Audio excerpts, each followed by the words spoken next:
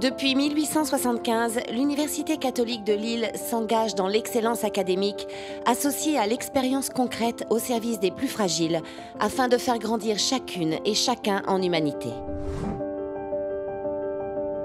Au cœur d'un territoire au carrefour de l'Europe, elle se veut internationale.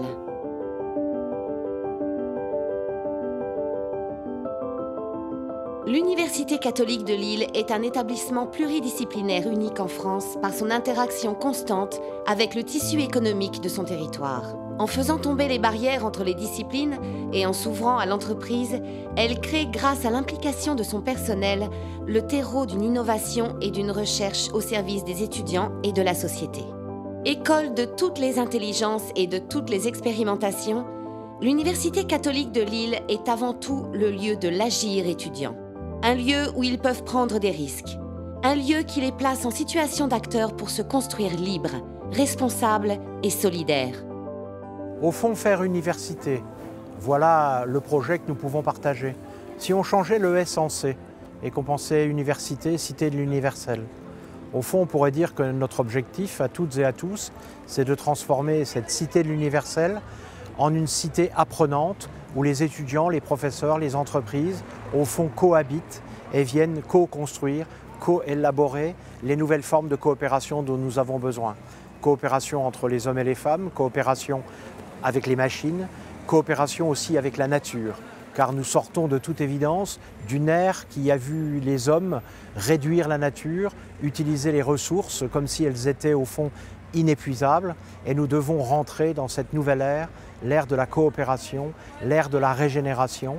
Et nous avons donc à inventer tous les modes sur le plan social et sur le plan technique, nous permettant de recréer ce monde autrement. Notre ambition, c'est donc que cette université, cité de l'universel, soit le lieu, le territoire habité par tous nos acteurs où ils apprennent en marchant à créer ce nouveau monde. Ce que nous avons voulu par la réalisation de ce film, c'est vous permettre par les illustrations au fond de comprendre le chemin que nous avons engagé avec une grande partie des partenaires de cette université, un chemin pour faire de notre campus un écosystème innovant, une cité de la reconstruction du monde qui vient.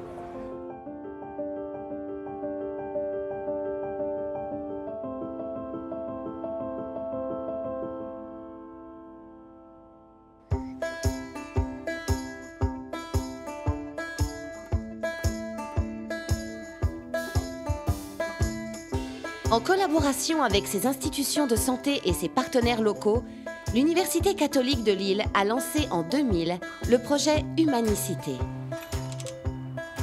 Véritable laboratoire à échelle humaine, le quartier propose de nouvelles formes de vivre ensemble pour l'intégration des plus vulnérables. Ce projet anticipe les évolutions sociales et conjugue aujourd'hui l'accueil de personnes fragilisées, le développement durable et la mixité des habitats et des fonctions. L'habitat social, l'habitat en accession, de taille et de niveau de prestations différents, sont présents sur les îlots qui constituent le quartier Humanicité. Mixité des fonctions, c'est-à-dire qu'au niveau des activités économiques qui sont accueillies, on va trouver principalement des activités du prendre en soin ou du prendre soin des personnes, c'est-à-dire que sur chacun des îlots, on va trouver des activités médico-sociales différentes, c'est-à-dire qui accueillent des publics différents. Comme il n'y avait personne qui vivait là avant, il n'y avait pas de culture du vivre ensemble. Comment nous, on peut l'influencer avec nos formations, avec nos travaux de recherche ou avec nos salariés du monde du social, médico-social, du sanitaire. L'accès à la zone de loisirs et l'entrée du quartier est très dangereux. La Catho de Lille s'est engagée dans ce quartier Humanicité de deux manières. La première manière, ça a été de réfléchir et d'accompagner la construction, l'émergence des immeubles, des rues, des espaces publics. La deuxième phase du projet, ça a été d'accompagner la construction du vivre ensemble. Et c'est là où la Catho s'est dit, il me faut un lieu immergé au milieu du quartier où je vais pouvoir co-construire le vivre ensemble avec les acteurs du quotidien du quartier. Émissions de radio, assemblée des habitants, expositions entre voisins, jardins partagés, autant d'exemples des actions des ateliers Humanicité pour construire le vivre ensemble et créer une passerelle entre les attentes d'un nouveau quartier et les acteurs qui y sont engagés. Sur le site d'Humanicité, c'est donc un nouveau quartier, laboratoire du mieux vivre ensemble, qui a émergé il y a plus de 15 ans. L'Université catholique de Lille renouvelle cette expérience en créant un deuxième Living Lab, cette fois au sein d'un quartier existant. Sur ce site de Saint-Antoine, et à partir de l'EHPAD Saint-Antoine, nous souhaitons développer un quartier de tous les âges qui fasse droit au mieux vivre ensemble à différents âges de la vie. Ce qui nous amènera à rencontrer à la fois des étudiants, des personnes de l'EHPAD, mais également des habitants, des gens qui fréquentent les commerces et les services ou qui viendront amener le bébé à la crèche pour donner une illustration.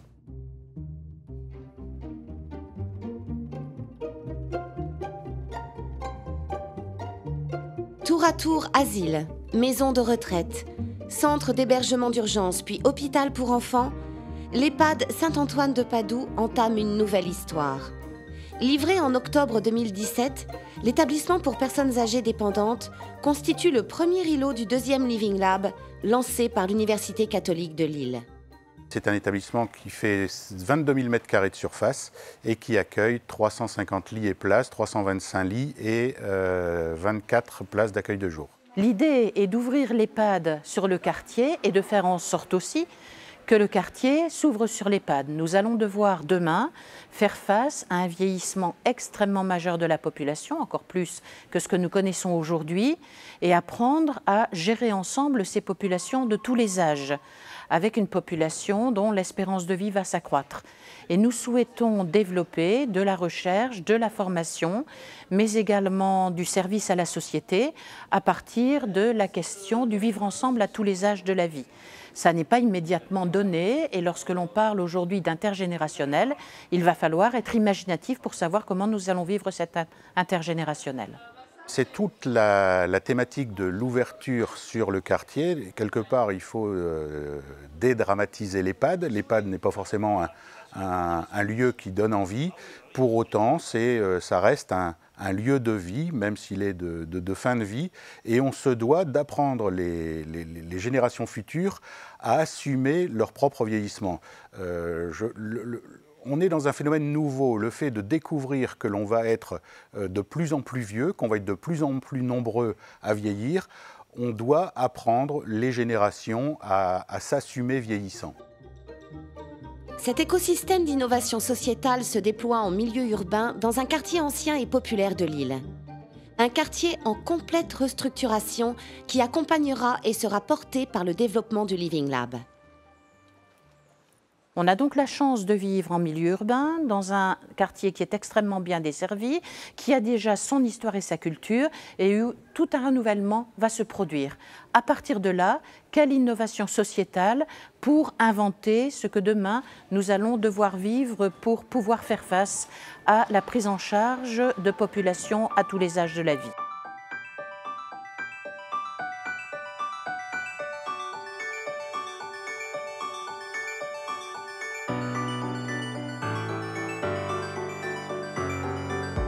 L'innovation au service du renouvellement, pour proposer de nouvelles formes de vivre ensemble et pour créer de nouvelles manières d'apprendre et de travailler. L'Université catholique de Lille parie sur l'intelligence collective et la collaboration comme source de créativité et d'innovation. ADICODE, c'est un acronyme, donc Atelier de l'innovation et du co-design. C'est un acronyme qu'on a trouvé en 2012. On mobilise l'intelligence collective, la créativité, le prototypage rapide, tous ces leviers qu'on trouve en fait dans les écosystèmes innovants de l'Université catholique de Lille. Ici, on le trouve plutôt au service de l'innovation tournée technologie, alors pas seulement, parce qu'on fait aussi du design de services et du design de produits qui ne sont pas forcément technologiques, mais on est dans, en tout cas, l'émergence de nouveautés, de concepts innovants qu'on travaille avec les étudiants de INCREA Hauts-de-France, qui travaillent en équipe pluridisciplinaire sur la base de sujets réels d'innovation qui sont confiés par des entreprises. La méthode et l'expertise séduisent.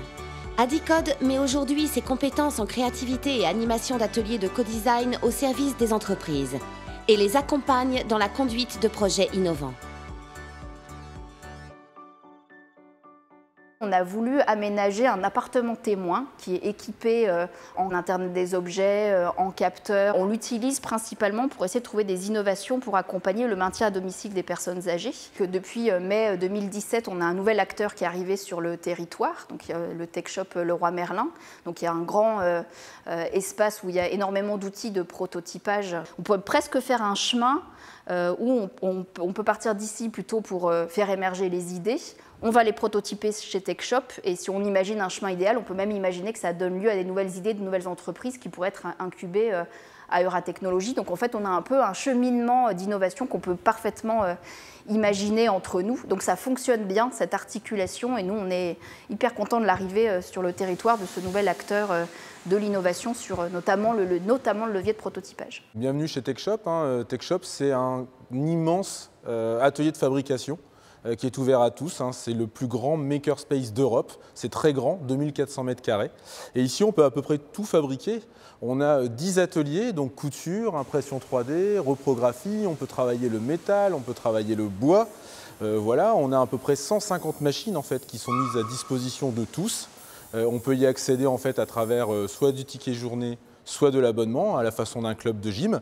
Et on a ici en fait 10 coachs qui sont là pour vous aider dans la mise en œuvre de vos projets. Voilà, c'est ça Tech Shop. C'est une belle communauté aussi de membres, d'étudiants, de start-upers, de porteurs de projets, de demandeurs d'emploi aussi, de gens qui viennent dans le cadre de leurs loisirs et qui viennent ici pour fabriquer, mais aussi pour partager entre eux. Voilà, c'est une ambiance aussi très sympa, ici le Tech Shop de Lille. Fruit d'une rencontre entre la direction générale de Leroy Merlin et Pierre Giorgini, le développement du Tech Shop repose sur une vision et une ambition communes. C'était la représentation et l'illustration parfaite de ce que nous appelons tête, cœur, main. Et là, on est vraiment dans le faire et dans la production. l'ICAM Lille, au travers aussi de son école de production, s'est montré extrêmement intéressé pour travailler et développer des écosystèmes collaboratifs ensemble avec le Tech Shop. Ça correspond tout à fait, je dirais, aux réflexions sur les tiers-lieux de réinvention de l'entreprise et de l'économie. Le Tech Shop, c'est le monde du do-it-yourself, le monde des makers, qui conjugue avec un regard neuf activités traditionnelles et nouvelles technologies. Il est accessible aux étudiants et devient partie intégrante de nouveaux projets pédagogiques des établissements de l'Université catholique de Lille. INCRAOUT France, c'est l'association des 3 écoles d'ingénieurs HEI, ISA et ISEN. Et en fait, on vient de lancer une nouvelle formation à destination des bacheliers avec une nouvelle façon d'intégrer des études d'ingénieurs avec un cursus de formation qui dure 2 années pendant lequel on va proposer aux étudiants une autre façon d'arriver dans les écoles d'ingénieurs un peu différente des classes préparatoires scientifiques avec l'idée de leur permettre d'aborder des savoirs scientifiques d'une façon assez concrète. En partant de sujets concrets, de projets réels, de tester, de fabriquer des choses pour en déduire des savoirs scientifiques. Et donc dans ce cadre-là, en fait, on a profité du partenariat qui existe entre l'Université catholique de Lille et le Tech Shop Leroy Merlin pour donner accès à nos étudiants qui sont dans ce cursus qu'on appelle donc Adi Maker, donc avec l'idée d'emprunter à l'état d'esprit des makers pour apprendre en faisant. Ça colle extrêmement bien à la philosophie qu'on a envie de mettre en place dans cette pédagogie. Et donc on a des modules pédagogiques qui viennent carrément se faire directement dans le Tech Shop, donc avec les accompagnateurs du Tech Shop et aussi avec nos enseignants. Et nos étudiants ont un accès privilégié à ces équipements. Donc ils peuvent fabriquer des choses en impression 3D et en déduire des savoirs sur la conception mécanique ou faire des petites maquettes rudimentaires électroniques pour en déduire des savoirs en informatique ou en électronique. On est sur des profils complètement différents, des profils très artistes, très artisans, qui aujourd'hui travaillent dans un environnement comme le Tech Shop. Et c'est la préconfiguration de ce qu'on allait voir après, le hangar créatif avec toute cette dimension artistique et créative. En complément des projets pédagogiques, l'ensemble des étudiants de l'Université catholique de Lille, aussi bien des facultés, des grandes écoles que la partie hospitalière et médico-sociale, peut accéder au Tech Shop Box. 5 jours pour se former à l'utilisation des machines et réaliser son projet. L'utilisation des nouvelles technologies pour une nouvelle économie, c'est aussi le fil rouge de LiveTree, le projet de l'université pour la transition vers un territoire et une économie plus durable. Depuis 2013, les enseignants-chercheurs, les étudiants, mais aussi les collectivités, les habitants du quartier et les entreprises partenaires s'associent pour mener des projets variés. Pas à pas, l'université devient un incubateur de bonnes pratiques dans un esprit participatif et fédératif. Aujourd'hui, on a un phénomène migratoire vers les villes et il y a un devoir de travailler sur ce que sera la ville de demain. En donnant deux chiffres, 65% de la population vivra en ville en 2050, mais ces villes ne représentent que 2% des terres disponibles. C'est-à-dire qu'il va y avoir un besoin de trouver des nouvelles solutions aux problèmes de vieillissement des villes, aux problèmes des réseaux, aux problèmes de la circulation. Et c'est dans ce cadre-là qu'on va essayer d'avancer pour proposer des nouveaux systèmes. On a plusieurs actions simultanées sur le campus. On a une action qui vise la rénovation et l'efficacité énergétique de nos bâtiments. On va boucher les trous sur la passoire énergétique de nos bâtiments anciens. On va ensuite donner le moyen à nos bâtiments de produire leur propre énergie localement et de l'énergie renouvelable dans le but que ce soit autoconsommé, soit mutualisé, c'est-à-dire partagé avec des bâtiments voisins sans faire appel à des grosses centrales qui sont lointaines et qui se basent sur des énergies fossiles qui vont devenir de plus en plus rares. Donc on vise l'autonomie de la ville. Donc dans tout ça, finalement, ce qu'on essaie de faire, c'est que des flux de données qui comprennent la respiration de la ville et des bâtiments pilotent des flux d'énergie pour rendre la ville plus efficace et pour fournir des nouveaux services à ses usagers. Et l'objectif, c'est que nos différents bâtiments permettent d'expérimenter les approches qu'on essaie de mettre en œuvre, que ce soit sur des matériaux innovants, sur des nouvelles manières de capter de la donnée depuis les bâtiments ou de travailler des usages avec des gens. La grande ambition de l'université, c'est de devenir une université zéro carbone d'ici quelques années, ce qui suppose bien sûr des mises en œuvre de solutions énergétiques, technologiques assez évoluées, mais aussi, et c'est extrêmement important, une implication de tous les usagers, tous les acteurs de tous nos bâtiments, de tout le campus, à la fois dans l'évolution même des comportements, mais aussi en tant qu'ambassadeur de la démarche. Alors pour permettre cette transversalité entre les sciences de l'ingénieur et les sciences humaines et sociales, donc, au sein de Life3, on a mis en place un certain nombre de chaires, deux chaires, une première qui s'appelle chaire explorateur de la transition au niveau des facultés, qui traite évidemment les questions sciences humaines et sociales, et du côté de INCREA Hauts-de-France, la chaire énergie, habitat, environnement, qui traite plus particulièrement les questions technologiques, avec l'émergence de projets communs qui intègrent cette transversalité entre des questions socio-économiques, éthiques et des questions liées à l'énergie, aux problèmes de communication. La transition s'opère avec des projets à long terme, mais aussi au quotidien avec des ateliers, des temps d'échange, des conférences. L'objectif, que chacun s'approprie les nouveaux usages. Donc ce sont deux choses très complémentaires et au final, le plus complexe pour nous, c'est la conduite du changement et emmener les gens qui sont dans ces bâtiments, qui sont nos démonstrateurs, les emmener dans cette transition énergétique et sociétale. C'est important de dire et sociétale parce que finalement on focalise beaucoup sur la technologie, mais au final il faut parler aussi de sociologie, d'éthique, de modèle économique. C'est un ensemble complexe aujourd'hui. Là où des gens travaillaient sur le bâtiment avant et sur le numérique par ailleurs, et on va leur demander de travailler ensemble. On va faire travailler un électricien avec un informaticien et un sociologue. Ce ne sont pas des groupements qui se feraient naturellement, mais si on veut préfigurer la ville de demain et un jour le transférer dans d'autres villes qui nous demandent comment évoluer, on essaiera de leur expliquer comment on a fait et ce qui marche bien. Une application très concrète des projets qui sont développés dans le cadre de Life3, c'est notamment en interdisciplinarité, en mixant l'arrivée du numérique avec la biologie. Et plus particulièrement, les applications qui peuvent en découler directement sur l'agriculture, avec une agriculture de précision très respectueuse de l'environnement qui nous permettra de traiter au plus juste avec bien sûr zéro intrants, zéro pesticides, zéro traitement. Les écoles d'ingénieurs et d'agriculture de l'Université catholique de Lille travaillent en étroite collaboration avec le monde de l'entreprise. Elles mettent cette expertise au service du projet Life3 et apportent des solutions concrètes aux défis quotidiens de la transition écologique et des nouvelles formes d'urbanisation. Un des enjeux particuliers pour l'avenir, c'est l'augmentation de la population. On sait que cette population va arriver principalement dans les villes. Les villes vont grandir, la campagne et l'agriculture vont donc s'éloigner des villes. Le challenge, c'est comment la faire revenir dans les villes. Un habitant du quartier va être tout à fait capable, grâce à cette agriculture urbaine, de venir produire non seulement sa propre nourriture, mais également partager, parce qu'il produira avec d'autres. Et donc, il y a tout ce système de communauté qui va pouvoir se créer autour de cette activité.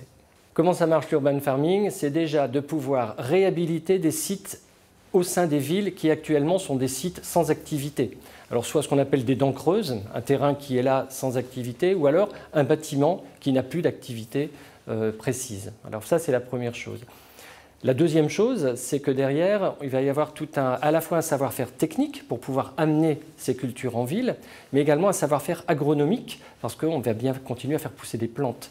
Donc c'est là où on allie la technologie et également les savoir-faire agronomiques.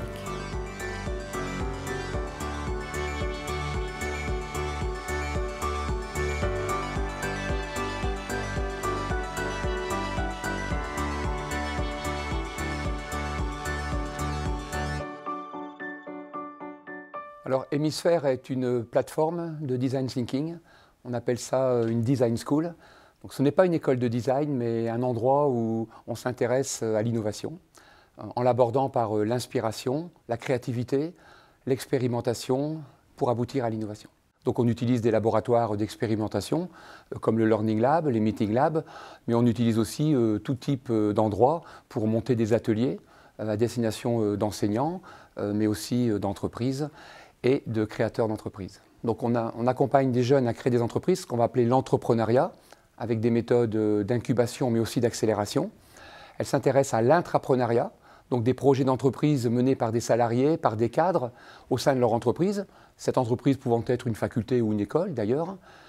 Hémisphère s'intéresse à l'innovation pédagogique, dans le sens les rapports entre les experts, les sachants et les apprenants. Donc cette innovation pédagogique, elle peut être déclinée dans le cadre d'exercices ou d'ateliers avec des enseignants, mais aussi avec des cadres, des managers, des directeurs d'unités. Et enfin, Hémisphère a une vocation aussi d'étude, d'expertise. Donc elle s'intéresse à la prospective régionale et internationale qui étudie les écosystèmes innovants.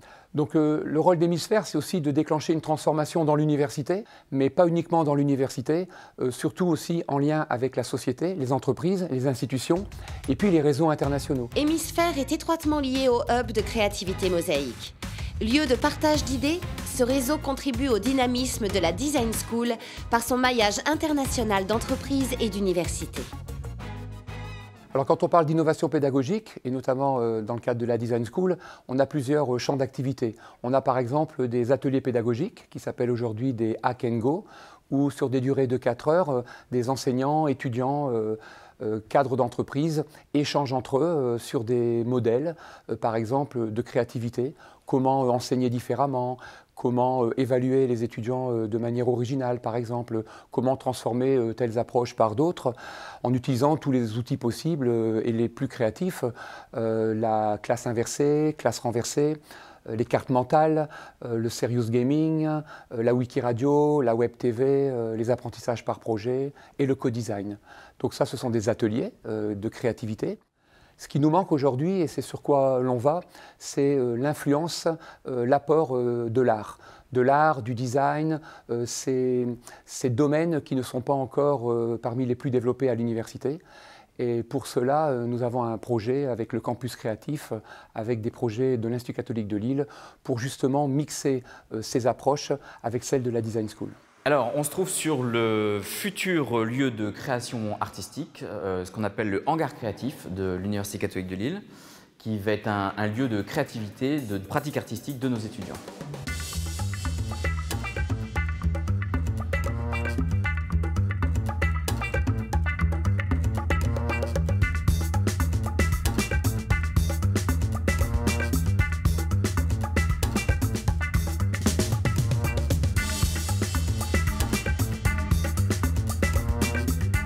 Alors c'est l'ambition de l'université qui est déjà aujourd'hui reconnue comme un établissement d'excellence de l'enseignement supérieur. Son ambition aujourd'hui, c'est d'être reconnu comme un campus de créativité, de création. Il va y avoir ce qu'on appelle les arts majeurs, de la peinture, de la sculpture, du dessin. Il va y avoir également de la céramique, de la danse, du théâtre, de la musique, de la création olfactive. Vraiment, il n'y aura aucune limite à la créativité. On a un partenariat donc avec l'université Hope de Liverpool et effectivement, sans copier mais en s'en inspirant, l'idée c'est de mailler les disciplines et de faire en sorte que tous les étudiants puissent se croiser dans la pratique, la créativité, telle qu'ils le font effectivement sur les campus anglo-saxons. On est convaincu que comme il existe plusieurs formes d'intelligence, il existe en chaque individu une forme d'artiste.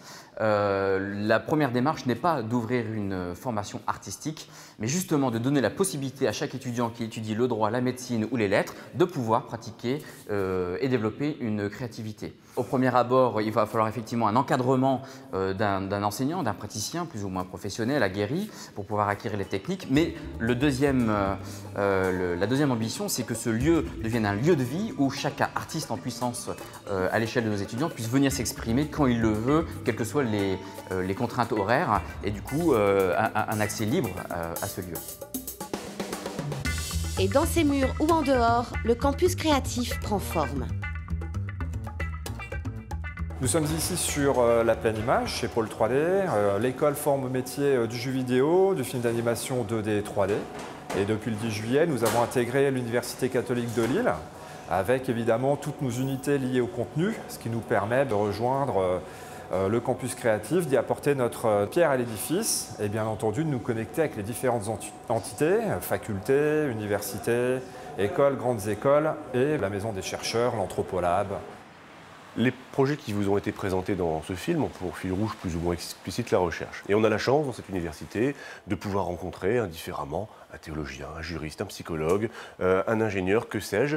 Et un enjeu pour nous, un fort enjeu de différenciation, c'est d'être capable de les faire travailler ensemble. Et à cette fin a été créée la Maison des chercheurs des facultés de l'Université catholique de Lille. Alors la Maison des chercheurs, fondamentalement, ce sont des mètres carrés équipés, si j'ose dire, dont la principale finalité, c'est ça, c'est aller faire se rencontrer des chercheurs qui d'ordinaire ne se rencontreraient pas, avec ce pari que l'on retrouve souvent dans nos murs, qui est que l'innovation va se nicher au cœur des rencontres improbables. La Maison des chercheurs héberge également un laboratoire de recherche labellisé Équipe d'accueil par le ministère français de l'Enseignement supérieur et de la Recherche. Il répond au nom d'Ethics pour Experiment, Transhumanism, Human Interactions, Care and Society. Donc dans Ethics, qui accueille à peu près 30 équivalents temps plein recherche, on va retrouver des centres d'intérêt forts autour de l'éthique médicale, l'éthique du soin, autour de l'éthique de l'influence, autour des questionnements éthiques associés au phénomène dit transhumaniste. Et puis on retrouve une composante méthodologique tout à fait intéressante qui s'appelle le laboratoire d'anthropologie expérimentale ou l'Anthropolab. Et l'Anthropolab, finalement, c'est une méthode pour extraire des données comportementales qui nous permettent de mieux comprendre comment les gens agissent, réagissent, interagissent, comment ils font de leurs décisions, notamment en matière d'éthique, en matière de choix individuels et en matière de choix collectifs. On voit bien les perspectives offertes par l'Anthropolab pour monter des projets en communication expérimentale avec l'ISTC, en pédagogie expérimentale avec Espace Estis ou avec l'ICAM, et cette capacité que l'on a à mêler éthique et approche expérimentale pour emporter de grands appels à projets. Je pense au projet éphémère dans le cadre de l'appel de l'ANR avec l'EDEC et avec l'IESEG. Si j'ai souhaité enregistrer ces quelques mots de conclusion au cœur des jardins de la faculté de médecine, c'est parce que je pense qu'ils ont une portée symbolique. En fait, si nous réfléchissons un peu sur ce que nous sommes en train de construire, cette université, cité de l'universel, espace de coélaboration de toutes les parties prenantes pour recréer ce monde, eh bien je pense que nous avons toutes et tous à nous penser d'abord comme des jardiniers de l'initiative et notamment évidemment de l'initiative étudiante.